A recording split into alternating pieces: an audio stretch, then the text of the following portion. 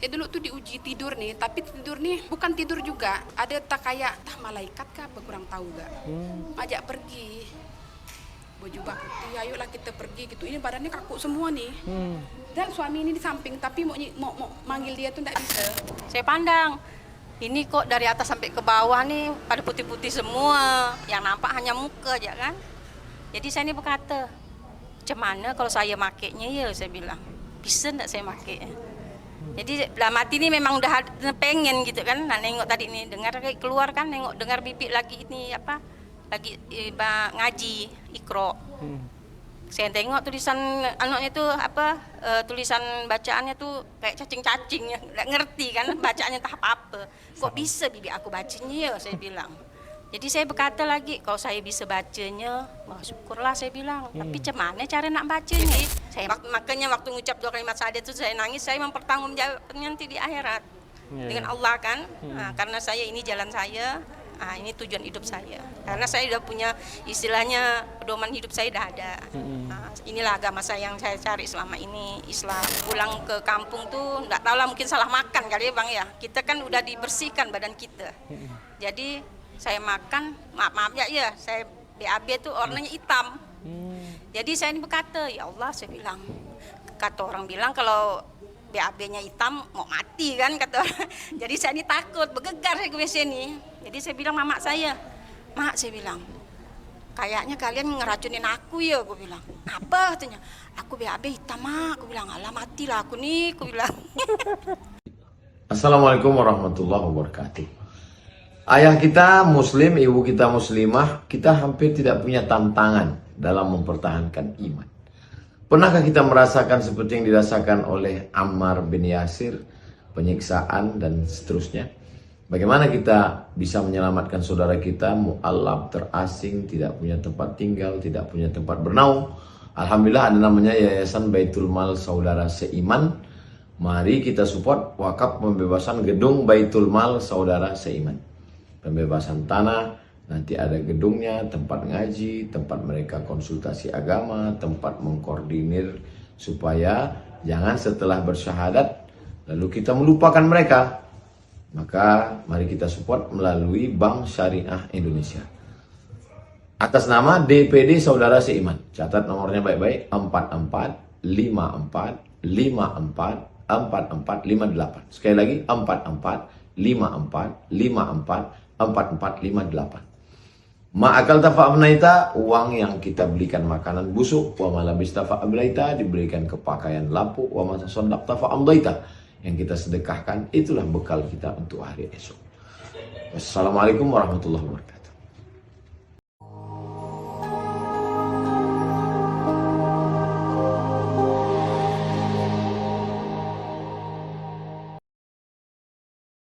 Auzubillahiminasyaitonirrajim. Bismillahirrahmanirrahim.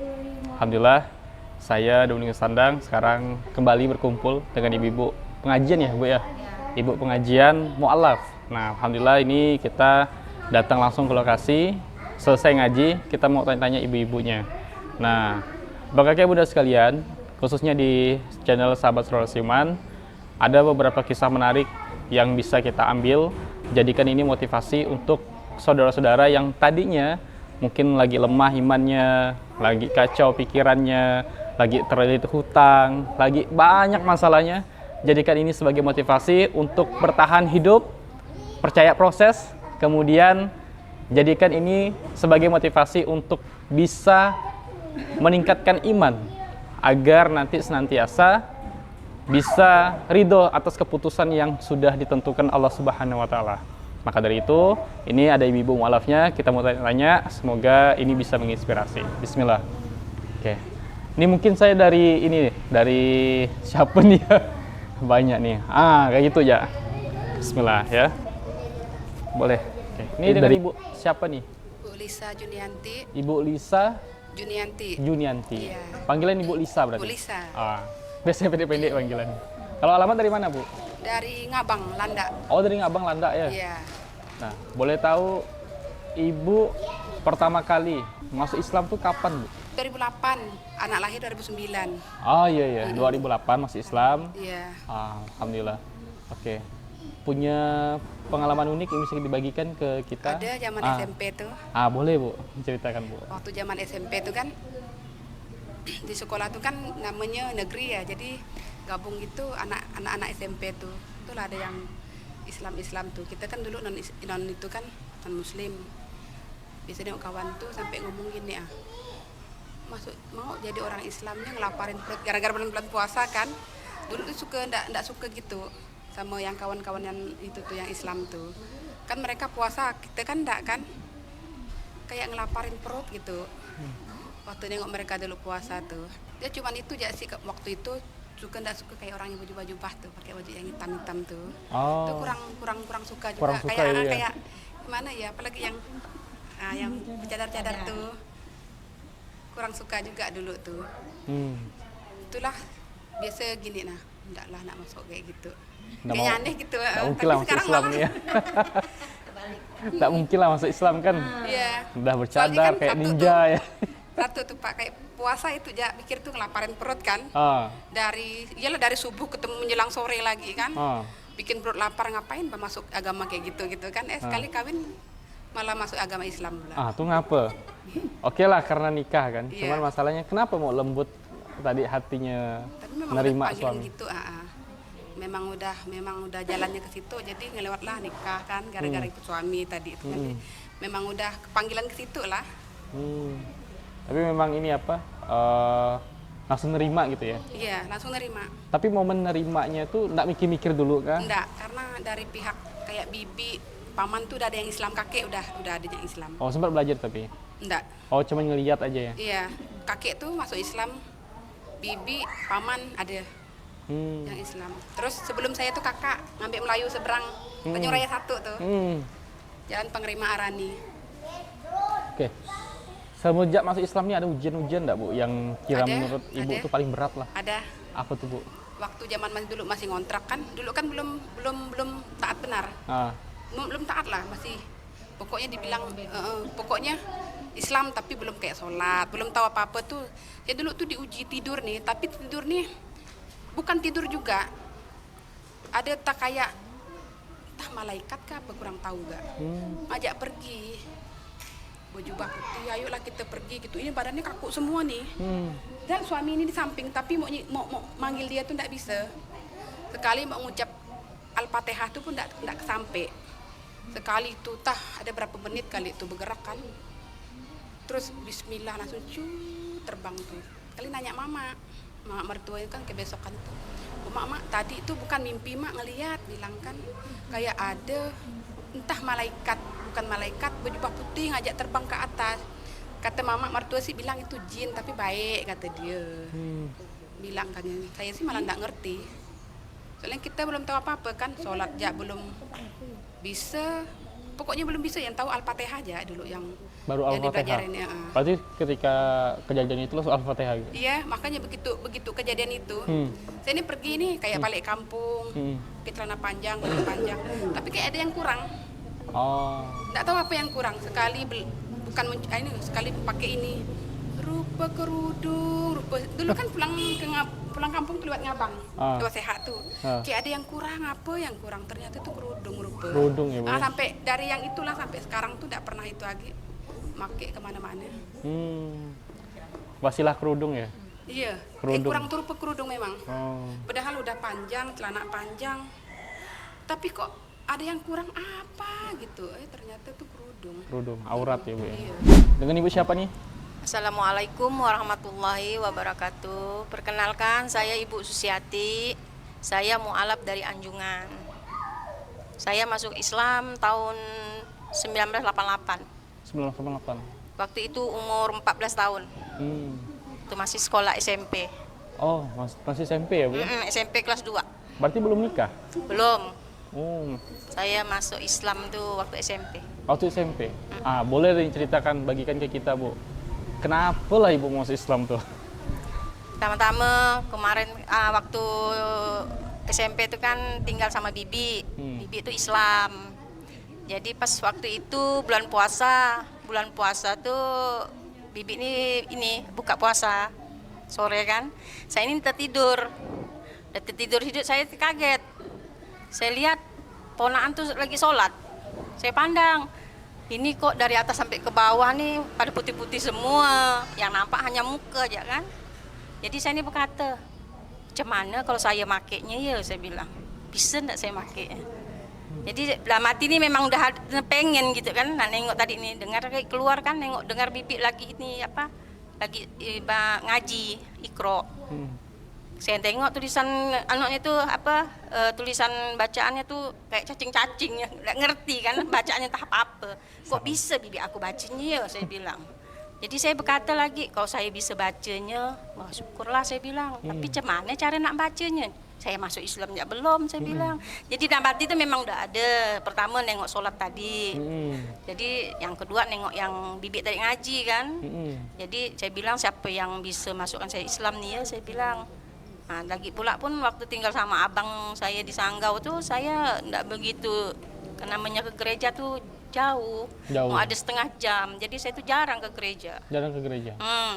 Dan kalau abangnya pergi hanya pakai motor ya. Oh. Nah kalau kita jalan kaki lah setengah jam baru sampai. Tapi masjid jauh juga tapi kan? Hah? Masjid jauh juga? Apanya tuh? Masjid?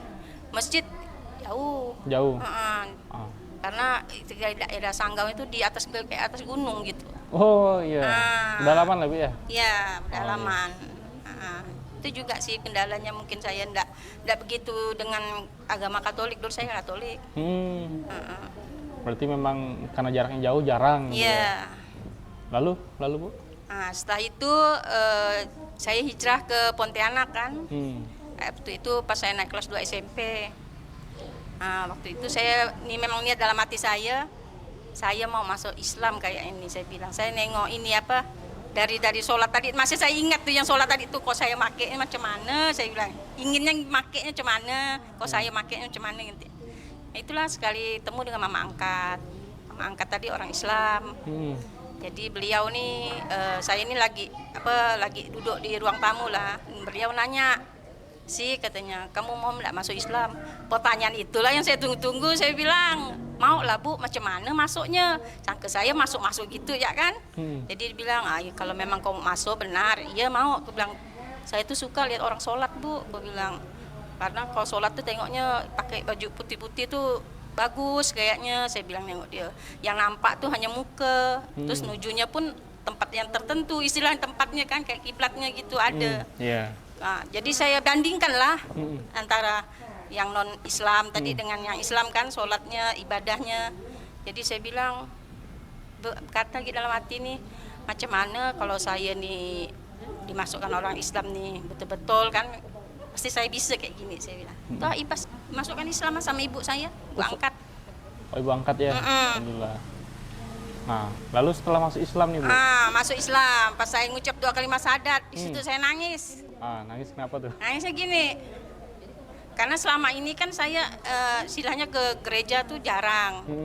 Jadi pas saya ketemu tadi, mungkin hidayah juga lah kali ya, Islam tadi yang waktu sholat tadi kan, mungkin di situ panggilan saya kan.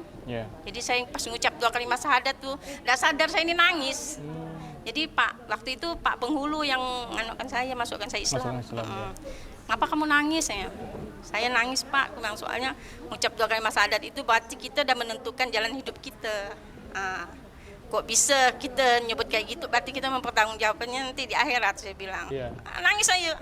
Maka setiap orang nyebut Al-Fatihah ataupun nyebut 2 kalimat syahadat itu saya nangis Pak. Di situ terharu. Bisa enggak saya mempertanggungjawabkannya gitu. Karena berat ya Bu ya? Berat. Kalau udah tahu arti Al-Fatihah itu keluarga juga enggak tahu saya masuk Islam. Tidak tahu sama sekali. Lalu gimana tuh? Jadi saya pulang ke kampung tuh kasih tahu mama lah, karena mama aja yang masih ada kan. Abang saya 2, cuman mereka tuh ya masa bodoh kayaknya dengan adiknya sendiri gitu, nggak begitu memperhatikan. Jadi jalan satu-satunya ya saya tadi tinggal dengan orang lah. Disitulah saya bilang mama saya, "Mak," saya bilang, "saya ini udah Islam, saya minta maaf." Mama sempat shock juga sih, terkejut gitu. Jadi beliau hanya pesan, kalau kau udah masuk Islam, katanya jangan sampai kau kembali lagi, kerjakan apa yang diperintahkan, kan itu ya pesan mama. Kalau abang tadi ya gitu-gitu aja lah, abang tuh nggak gitu merespon. Tapi nggak ada inilah masalah Ibu ya? Nggak ada sih, cuman ini pilihan saya. Pilihan. Jadi Makanya waktu ngucap 2 kalimat syahadat itu saya nangis, saya mempertanggungjawabkan nanti di akhirat dengan Allah kan. Nah, karena saya ini jalan saya, ini tujuan hidup saya. Karena saya udah punya istilahnya pedoman hidup saya udah ada.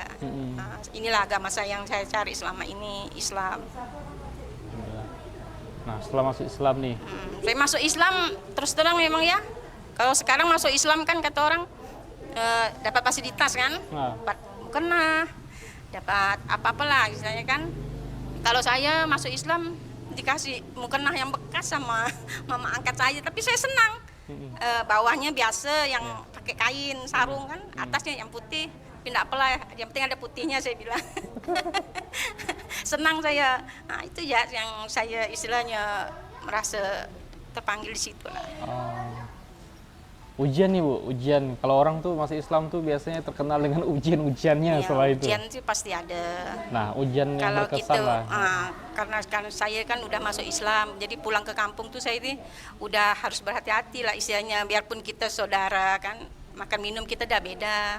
Jadi saya bilang sama abang saya, pas waktu itu saya pulang ke kampung tuh, nggak tahu lah mungkin salah makan kali ya Bang ya. Kita kan udah dibersihkan badan kita. Jadi saya makan, maaf ya, saya BAB tuh warnanya hitam. Jadi saya ini berkata, ya Allah saya bilang, kata orang bilang kalau BAB-nya hitam mau mati kan kata orang. Jadi saya ini takut, bergegar saya ke WC ini. Jadi saya bilang mama saya, mak saya bilang, kayaknya kalian ngeracunin aku ya, gue bilang. Apa katanya? Aku BAB hitam mak, aku bilang, alah matilah aku nih, aku bilang. Jadi saya mama bilang, enggak lah, aku gitu aku enggak bisa mak, aku bilang aku mau balik ya. Baliklah saya ke Pontianak kan. Alhamdulillah enggak ada BAB-nya hitam. Nah, disitulah saya bilang, saya ini bukan enggak mau nak balik, saya berkata dengan kakak, dengan abang saya, mungkin salah satu ada sendoknya atau piringnya enggak bisa saya nerima lagi dah yang kayak gitu. Tapi tolong kalau saya Natalan balik janganlah makannya kayak gitu saya bilang. Nah, jadi mereka sekarang udah ngerti dah. Udah ngerti. Udah ngerti. Makanya saya setiap Natalan, tiap tahun saya disuruh masak. Ini kan mau Natal Jadi nih. koki saya, untuk yang Islam. Karena saudara saya kan ada satu yang Islam, kakak saya.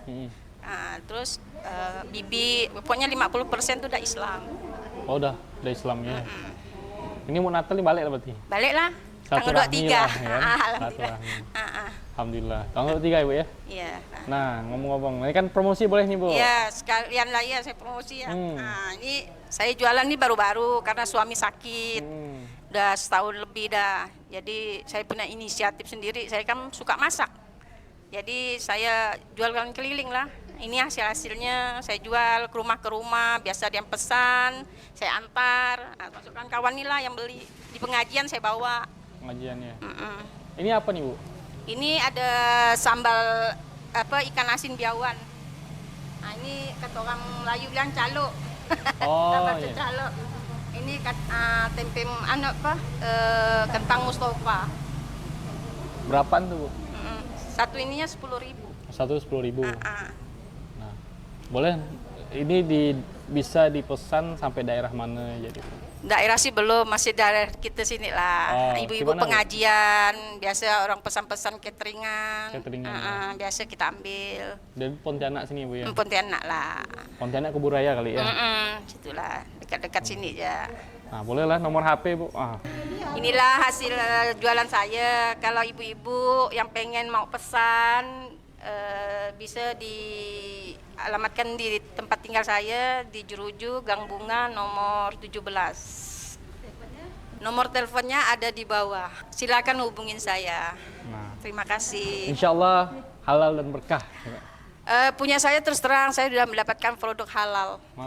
Udah ada anaknya, udah ada labelnya. Cuman saya lupa bawa. Nanti saya mau rekat-rekatkan. Sip, boleh. Motivasi saya sih, saya mohon kepada teman-teman saya yang udah masuk kita Islam nih kan, setidaknya belajarlah selagi kita masih bisa. Biar umur pun berapa, tetap kita belajar. Karena belajar itu untuk menambah ilmu kita dunia dan akhirat. Auzubillahiminasyaitonirrajim. Bismillahirrahmanirrahim. Assalamualaikum warahmatullahi wabarakatuh. Abang kakak ayah bunda rahimakumullah. Saya Muhammad Nur Hasan dari Masjid Kapal Muzalat Indonesia. Menyampaikan informasi sekaligus memohon doa dan juga support dari ayah bunda semuanya. Bahwa hari ini Tok Ya berada di bangunan Yayasan Baitul Mal Saudara Seiman. InsyaAllah teman-teman bergerak untuk mengumpulkan zakat, infak, sedekah dan juga wakaf untuk pembebasan atau pembelian sebuah rumah yang terletak di Tembelan Sampit di Pontianak Timur. Harganya 500 juta dan orang baik yang membersamai gerakan wakaf ini bermurah hati mewakafkan sejumlah 100 juta rupiah sehingga kita tinggal mencari sisanya sekitar 400 juta rupiah dan ini kita diberikan waktu selama 30 bulan.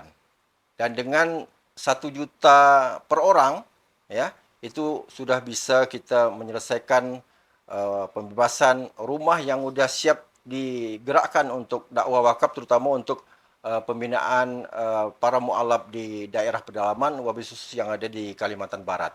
Jadi kita tinggal target 400 orang kali 1 juta dan itu bisa dicicil selama 30 bulan. Tapi lebih cepat lebih baik insyaAllah. Usia boleh terputus, pahala wakaf mengalir terus. Usia boleh berakhir, tapi pahala wakaf akan terus mengalir. Bagi abang kakak yang berminat untuk terlibat mensupport pembangunan pembebasan rumah wakaf untuk Yayasan Baitul Mal Saudara Seiman ini dapat mentransfer ke rekening Bank Syariah Indonesia di nomor rekening 4454 544458 atas nama DPD Saudara Seiman. Sampai jumpa di Baitullah, sampai jumpa di Baitul Maqdis. Barakallahu fikum. Wassalamualaikum warahmatullahi wabarakatuh. Tetap semangat. Allahu Akbar.